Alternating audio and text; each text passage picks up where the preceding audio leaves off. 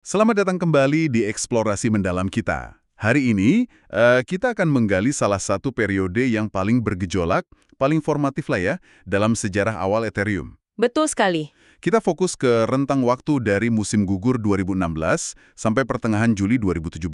Ini masa krusial banget yang banyak dibahas di sumber kita, buku The Cryptopians. Ya, periode ini krusial dan padat banget kejadiannya. Anda mungkin ingat ya, ini tuh pas setelah hard fork DAO yang, kontroversial banget itu. Perubahan aturan jaringan yang fundamental dan nggak kompatibel ke belakang, yang tujuannya kan buat balikin dana yang dicuri waktu itu. Iya, yang memecah rantai jadi dua itu. Nah, Ethereum yang baru, ETH ini, berhasil jalan. Tapi ternyata jalannya nggak mulus sama sekali. Tantangan baru terus muncul. Kita bakal lihat nih gimana jaringan ini coba tumbuh sambil, ya ampun, dihajar serangan teknis, ada perpecahan komunitas, konflik internal yang lumayan sengit. Dan jangan lupa, ledakan ICO pertama. Nah, itu dia. Kegilaan initial coin offering ICO pertama. Misi kita hari ini coba memahami gejolak pertumbuhan yang luar biasa ini tapi juga kerapuhan di baliknya. Teknologi yang menjanjikan banget tapi ternyata rapuh juga. Oke deh, kita bongkar yuk. Periode ini memang luar biasa, padat banget, penting banget. Ini momen di mana idealisme teknologi desentralisasi itu ya tabrakan langsung sama realitas dunia nyata. Ada bug software yang kritis, ada tekanan pasar yang nggak terduga. Drama manusianya juga ya. Pasti, drama antar manusia yang kompleks, dan tentu saja aliran uang yang gila-gilaan jumlahnya itu ngubah segalanya. Ini benar-benar jadi ujian berat buat visi awal Ethereum. Kayak pertarungan antara potensi dan kerapuhan gitu, terjadi antara akhir 2016 sampai pertengahan 2017. Oke, kita mulai dari dampak langsung hard fork DAO di musim gugur 2016. Kan jaringannya pecah tuh. Yang menarik, rantai asli yang harusnya ditinggalin, yang sekarang kita kenal Ethereum Classic atau ETC ya, ternyata nggak mati kayak prediksi orang. Gimana ceritanya itu? Iya, itu salah satu kejutan besar pertama pasca hard fork. Mayoritas pengembang inti dan komunitas kan memang pindah ke rantai baru, ETH. Mereka mikirnya ya udah rantai lama, ETC, bakal lenyap aja gitu, nggak ada yang dukung. Tapi ternyata... Secara nggak terduga, bursa kripto besar waktu itu, Poloniex, malah memutuskan buat mendaftarkan token ETC untuk diperdagangkan. Nah, keputusan ini langsung ngasih insentif ekonomi yang nyata buat para penambang. Oh, jadi ada duitnya gitu ya? Tepat, mereka jadi punya alasan buat terus nyalain alat tambang mereka, ngamanin jaringan ETC. Cuma karena listing di Poloniex saja? Nggak cuma itu. Muncul juga dukungan dari tokoh-tokoh yang lumayan berpengaruh lah di dunia kripto. Kayak Barry Silbert, pendiri Digital Currency Group, DCG, itu pemain besar kan. Dia terang-terangan dukung ETC. Wah. Terus yang lebih kagetin lagi, Charles Hoskinson, dia kan salah satu dari 8 pendiri awal Ethereum yang sempat konflik terus keluar, dia juga ikut dukung ETC. Dukungan-dukungan ini jelas ngasih legitimasi sama momentum buat ETC. Sekaligus, ya bikin kaget kubu ETH yang mikir perpecahan udah selesai. Sementara ETC muncul, urusan dana DAO yang diretas itu sendiri belum kelar kan? Whitehead Group, WHG, yang awalnya nyelamatin dana itu malah jadi pusing lagi ya. Betul, misi awal WHG kan ngamanin ETH sebanyak mungkin dari si peretas DAO asli. Mereka berhasil tuh pakai cara teknis yang rumit. Tapi sekarang, karena ada dua rantai jalan, ETH sama ETC, muncul pertanyaan fundamental yang pelik banget. Dana yang diselamatin itu balikinnya gimana gitu? Nah, itu dia. Mau dibalikin dalam bentuk ETH di rantai baru atau ETC di rantai lama yang ternyata masih hidup. Wah, ini jadi perdebatan sengit. Pasti pada neken ya, yang punya dana. Sengit banget. Tekanan besar, terutama dari yang punya token DAO banyak, si Paus atau Whale itu. Tokoh kayak Andrei Tarnowski, pendiri Chatroulette itu, terus Chris Harbon, investor gede, mereka nuntut dana dibalikin. Dan ya punya preferensi masing-masing lah, mau ETH atau ETC. Nggak cuma debat kan? Nggak cuma argumen sampai ada ancaman hukum segala ke anggota WHJ kalau dana nggak dibalikin sesuai mau mereka. WHJ jadi di posisi sulit banget. Dan kayaknya ada kejadian lucu tapi menegangkan juga ya, yang melibatkan si Whale tadi. Ada, ini salah satu cerita yang kalau nggak bahaya, bisa diketawain sih. Si Chris Harbon ini, salah satu whale yang neken WHG, pas lagi ngurusin asetnya, nggak sengaja malah kirim balik ETH ratusan ribu dolar ke dalam kontrak DAO yang udah diretas itu. Loh kok bisa? Serius? Serius, kesalahan ini maksa WHG yang udah pusing mikirin balikin dana buat operasi penyelamatan darurat kedua. Kayak mini DAO Wars Redux gitu buat narik lagi dana Harborn sebelum hilang lagi. Ini nunjukin betapa rumit dan bahayanya main smart contract zaman itu, bahkan buat pemain besar. Balik lagi ke Andre Ternovsky yang chat roulette itu. Sumber kita, The Cryptopians, ngungkapin sisi lain dia di drama DAO ini. Iya, ini salah satu yang cukup mengejutkan dan ya mengecewakan buat sebagian yang terlibat. Awalnya WAG nganggap Ternovsky itu sekutu penting, salah satu paus yang dukung penyelamatan. Tapi buku itu ngungkapin kalau di belakang layar, si Ternovsky ini diduga manfaatin situasi kacau itu. Maksudnya gimana? Dia diam-diam beli token DAO banyak banget dengan harga murah di pasar sekunder. Tujuannya ya disinyalir buat untung pribadi gede-gedean setelah hard fork berhasil dan nilai dananya pulih. Wah, main dua kaki dong jatuhnya.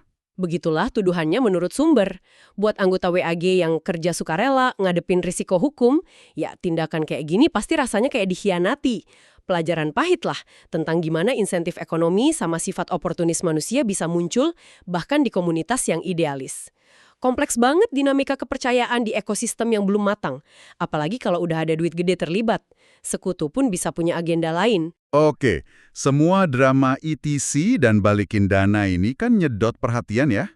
Tapi di tengah itu, Ethereum Foundation, EF, malah coba nunjukin kekuatan dengan bikin DevCon 2 di Shanghai akhir 2016. Tapi, ironisnya, DevCon 2 yang tujuannya pamer kemajuan teknis, malah dibayangin masalah teknis serius di jaringan Ethereum-nya sendiri pas konferensi lagi jalan. Jaringan Ethereum diserang besar-besaran pakai serangan DOS, Denial of Service. diserang gimana tuh? Penyerangnya, nggak tahu siapa pastinya, itu banjirin jaringan pakai jutaan transaksi sampah yang biayanya rendah banget.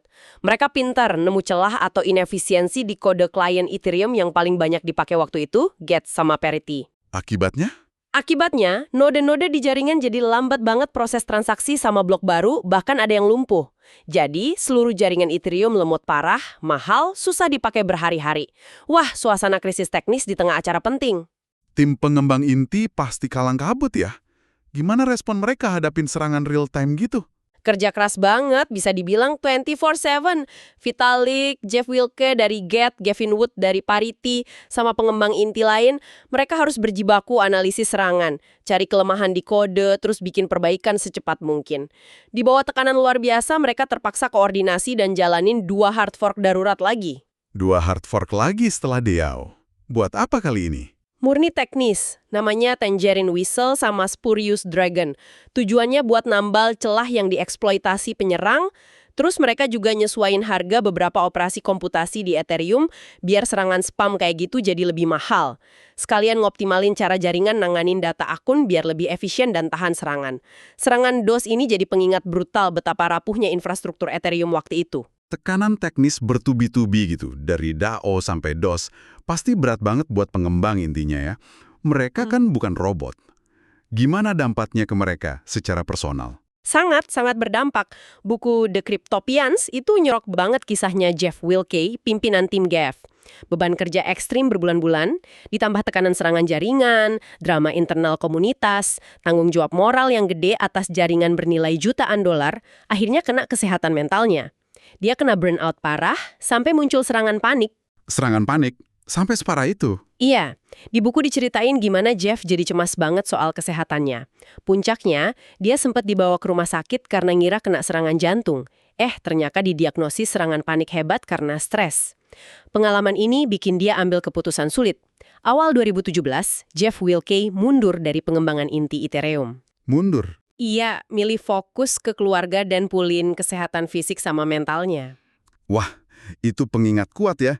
Di balik teknologi revolusioner, ada manusia biasa yang hadapin tekanan luar biasa. Kisah Jeff Wilke ini ngasih perspektif manusiawi yang penting banget. Tepat sekali.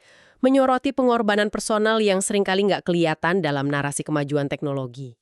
Masuk 2017 nih, setelah agak reda dari DOS, muncul fenomena baru yang benar-benar ngubah lanskap Ethereum dan kripto. Ledakan Initial Coin Offering, ICO. Bisa jelasin dikit nggak konsepnya buat Anda yang mungkin baru dengar? Tentu. ICO itu metode penggalangan dana baru pakai blockchain Ethereum. Jadi proyek-proyek baru, seringnya sih baru ide atau white paper doang, bisa nerbitin token digital mereka sendiri di atas Ethereum. Token ini terus dijual ke public investor, biasanya ditukar pakai ETH. Jadi kayak gabungan crowdfunding sama IPO, tapi versi kripto gitu ya? Bisa dibilang gitu. Mirip Kickstarter karena danain proyek awal, tapi mirip IPO karena investor dapat aset digital, token, yang harapannya nilainya naik dan bisa diperdagangin. Fenomena ini meledak banget di 2017, bikin gelombang spekulasi dan euforia gila-gilaan. Ratusan proyek lomba bikin ICO. Ada contoh ICO yang gede banget skalanya di masa ini? Wah, banyak banget. Dan jumlah dana yang kekumpul makin lama makin gila. Mulai dari Golem, token card. Terus rekor mulai pecah. Ada Bancor, protokol likuiditas, itu mecahin rekor DAO, dapat $153 juta cuma kurang dari 3 jam. Gila. 3 jam? Iya. Terus ada Tezos, blockchain baru yang mau nyaingin Ethereum, itu dapat $232 juta. Jumlah duit yang masuk ke proyek yang seringkali belum ada produknya ini, wah, mencengangan sih. Nah, pertanyaan logisnya, infrastruktur Ethereum yang tadi kita bahas rapuh pas kena DOS, gimana nanganin lonjakan aktivitas gila-gilaan dari ribuan orang yang mau ikut ICO ini? Jawabannya, kewalahan total. Jaringan Ethereum sering macet parah, apalagi pas ICO besar dibuka. Bayangin aja ribuan, puluhan ribu orang coba kirim transaksi barengan buat beli token sebelum habis. Jadi kayak rebutan gitu ya? Persis, bikin macet transaksi parah. Akibatnya, biaya transaksi gas di Ethereum melonjak drastis. Pengguna harus saingan naikin harga gas biar transaksi mereka diproses duluan sama penambang. Kalau enggak, ya bisa pending berjam-jam atau gagal. Dompet kayak MyEtherWallet gitu gimana nasibnya? Kena imbas juga pastinya MyEtherWallet Mew yang menariknya awalnya cuma proyek sampingan, Taylor Van Orden sama Kosala Hemachandra tiba-tiba harus layanin jutaan pengguna baru dari seluruh dunia yang mau ikut ICO. Mereka harus inovasi cepat kayak nambahin dukungan buat nampilin token ERC20 baru, tapi ya seringnya server mereka sendiri, bahkan jaringan Ethereum-nya tetap nggak kuat nanganin volume transaksi segede itu pas ICO dibuka. Pengguna sering error, frustasi. Dengan duit segede itu ngalir, banyak pengguna baru yang mungkin awam teknologi, infrastruktur kewalahan. Ini kayak buka pintu lebar-lebar buat penipuan dong ya? Persis, kegilaan ICO 2017 jadi lahan subur buat penipu sama peretas. Macam-macam modus penipuan. Situs ICO palsu, niru situs asli mirip banget buat nyolong dana. Serangan phishing lewat Slack, email, coba nipu orang biar ngasih private key. Terus ada bot juga ya? Iya, buat penipu otomatis di medsos, janjiin untung instan atau bonus token palsu. Banyak korban dong. Banyak banget, terutama investor baru yang kebawa FOMO, fear of missing out. Takut ketinggalan untung gede tapi kurang riset atau nggak paham risikonya. Kehilangan dana banyak banget. Salah satu yang paling heboh mungkin peretasan situs CoinDash pas banget beberapa menit sebelum ICO mereka mulai Juli 2017. Diretas gimana? Peretasnya berhasil nyusup, terus ganti alamat kontrak Ethereum buat nerima dana. Jadi duit investor malah masuk ke dompet peretas. Rugi jutaan dolar. Wah, ini pasti bikin frustrasi yang beneran mau bangun ekosistem ya? Tentu, saking frustrasinya, Taylor Van Orden dari MIW sampai marah-marah di Twitter. Dia kritik keras proyek ICO yang ceroboh soal keamanan, sama investor yang terlalu nafsu kejar untung tanpa riset. Ini nunjukin ketegangan antara potensi inovasi sama resiko gede di balik ledakan ICO. Sementara di luar heboh ICO, gimana kondisi internal Ethereum Foundation EF sendiri? Lancar jaya aja di balik layar? Ternyata nggak juga. Sumber kita, The Cryptopians, ngasih indikasi ada ketegangan internal yang lumayan signifikan di EF waktu itu. Fokusnya sering ke direktur eksekutifnya, Ming Chan. Menurut buku itu, sejumlah pengembang inti sama staf ngerasa gaya kepemimpinannya terlalu terpusat, kurang transparan, dan kadang malah dianggap hambat kemajuan. Ada contoh konflik spesifiknya? Ada beberapa. Misalnya soal lisensi kode sumber Ethereum buat dipakai perusahaan besar. Upaya kerjasama sama IBM katanya gagal atau terhambat gara-gara nggak sepakat sama pihak EF di bawah Ming Chan. Terus ada juga isu sensitif soal penggunaan merek dagang Ethereum sama pihak luar. Ini nyambung ke Enterprise Ethereum Alliance ya. EEA itu apa sih sebenarnya dan gimana hubungannya sama konflik EF? Bener. EEA itu aliansi industri yang digagas Consensus, perusahaannya Joe Lubin, salah satu pendiri Ethereum juga. Tujuannya bagus, dorong adopsi Ethereum di perusahaan besar. Tapi pas peluncuran awal 2017, katanya ada konflik sama Ming Chan soal izin pakai nama Ethereum di nama aliansi itu. Jadi rebutan nama gitu. Semacam tarik ulur soal siapa yang berhak kontrol merek Ethereum. Tapi ya akhirnya EEA tetap launching dan berhasil narik anggota gede kayak JP Morgan, Microsoft, Intel, nunjukin minat korporat mulai tumbuh ke Ethereum. Selain di EF, ada perubahan signifikan di tempat penting lain nggak? Kayak di bursa utama Ethereum waktu itu, Poloniex. Iya, Poloniex kan penting banget, volume trading ETH paling gede di sana.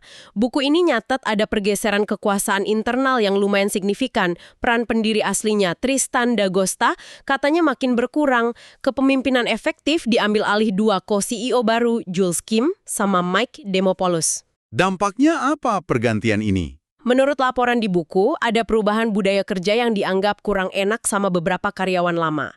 Ada potong biaya operasional, perlakuan ke staf dianggap kurang baik. Terus yang penting juga, Poloniex mulai terapin KYC, Know Your Customer. Verifikasi identitas pengguna lebih ketat.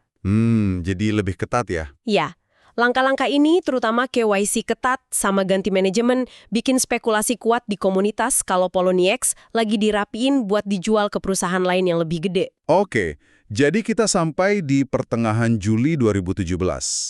Gambaran besarnya, ICO gila-gilaan, isu keamanan jadi perhatian utama, ada konflik internal EF, perubahan di Poloniex, situasi panas banget dan mungkin agak rapuh ya rasanya. Terus, apa yang terjadi selanjutnya? Kayaknya krisis belum berhenti. Tepat sekali. Kayak belum cukup drama, tanggal 19 Juli 2017, ada lagi insiden peretasan besar yang bikin guncang lagi ekosistem Ethereum. Kali ini targetnya dompet multi-signature atau multisig. Multisig? Yang katanya lebih aman itu ya? Iya, yang butuh beberapa tanda tangan buat transaksi. Ironisnya, kode dompet multisig yang paling banyak dipakai ini dibuat sama Perti Technologies, perusahaannya Gavin Wood, salah satu arsitek utama Ethereum. Loh, kok bisa? Korban pertamanya siapa? Korban pertama yang ketahuan itu proyek Swarm City. Dana ETH mereka di dompet Parity Multisig ludes dikuras peretas. Langsung alarm bunyi di komunitas. Kok bisa dompet yang katanya aman malah jebol? Terus gimana? Apa yang ditemukan? Anggota White Hat Group WHG, termasuk beberapa veteran DAO, langsung analisis serangannya. Mereka cepat nemuin ada vulnerabilitas kritis di kode smart contract dompet Parity Multisig versi tertentu. Celah ini kalau dieksploitasi, siapa aja bisa ambil alih kepemilikan dompet cuma pakai satu transaksi khusus. Kalau udah diambil alih, ya bebas kuras dananya. Wah, bahaya banget dong. Kan banyak proyek ICO pakai itu. Bahaya banget. Diperkirakan ratusan juta dolar dana proyek ICO ada di dompet Parity Multisig jenis itu. Ini kayak daurat level DAO lagi dong. WHG sama pengembang inti harus nyelamatin lagi. Betul sekali. Panik baru. Lomba lawan waktu. WHG sama pengembang inti lain harus gerak super cepat. Misi mereka, identifikasi semua dompet Parity Multisig yang rentan, terus coba selamatin dananya, intinya ngehack dompet itu pakai celah yang sama sebelum peretas jahat lain sadar dan ikut nguras. Tapi, di tengah situasi genting ini ada kesalahan fatal. Kesalahan apa lagi? Gavin Wood, pendiri Parity yang kodenya jadi masalah, pas coba komunikasi atau jelasin situasi, nggak sengaja atau mungkin kurang hati-hati karena panik, malah posting detail teknis soal celah itu di Gitter. Gitter? Itu kan platform chat publik buat developer. Iya, secara efektif, dia baru aja ngasih tahu seluruh dunia, termasuk para peretas, cara ngehack dompet-dompet Parity Multisig yang rentan itu. Astaga, itu kayak nyiram bensin ke api dong. Tepat. Pengungkapan publik nggak sengaja ini langsung mulain perlombaan yang dramatis dan menegangkan banget. Satu sisi, White Hats pacu waktu nyelamatin dana. Sisi lain, peretas topi hitam, Black Hats, yang sekarang punya info lengkap caranya nyerang, juga gerak cepat nguras dana sebelum White Hats berhasil ngamanin. Babak baru penuh ketidakpastian, jutaan dolar lagi dalam risiko. Wow. Periode dari musim gugur 2016 sampai Juli 2017 ini benar-benar roller coaster yang luar biasa intens ya. Kita lihat Ethereum bangkit dari bayang-bayang DAO, disambut ETC, terus dihajar DOS, terus ledakan ICO yang euforia tapi juga bahaya, konflik internal, perubahan bursa, ditutup sama celah keamanan baru di Parity yang bikin lomba penyelamatan. Ethereum jelas ngalamin growing pains, sakit pertumbuhan yang hebat banget. Nggak diragukan lagi, periode ini sangat formatif, ngebentuk Ethereum jadi kayak sekarang. Tiap krisis jadi pelajaran, meskipun pahit. Serangan DOS nguji ketahanan teknis, maksa perbaikan. Ledakan ICO, walau banyak masalah, nunjukin kekuatan Ethereum sebagai platform inovasi dan galang dana. Tapi juga nunjukin pentingnya audit keamanan smart contract. Konflik internal sama kasus Parity juga ya? Iya, itu nyorot tantangan tata kelola sistem desentralisasi pas krisis. Keputusan sulit harus diambil cepat. Dan tentu aja, kegilaan ICO waktu itu juga jadi bahan bakar utama buat ledakan harga kripto akhir 2017. Semua ini ninggalin setidaknya satu pertanyaan menarik buat Anda renung ini. Dalam sistem yang idealnya, code is law, seberapa jauh sih intervensi manusia kayak hard fork, batalin transaksi, atau white hats nyelamatin dana dengan cara yang bisa dibilang ngehack juga, bisa dibenarkan? Di mana batasnya? Dan menurut Anda, kerapuhan sama konflik awal yang intens ini mungkin masih ngebayangin atau bahkan ngebentuk dinamika Ethereum dan ekosistem kripto sampai sekarang nggak ya? Terima kasih sudah menyimak pembahasan mendalam kita kali ini. Semoga memberi Anda perspektif baru tentang sejarah awal Ethereum yang penuh gejolak ini ya. Sampai jumpa di eksplorasi berikutnya.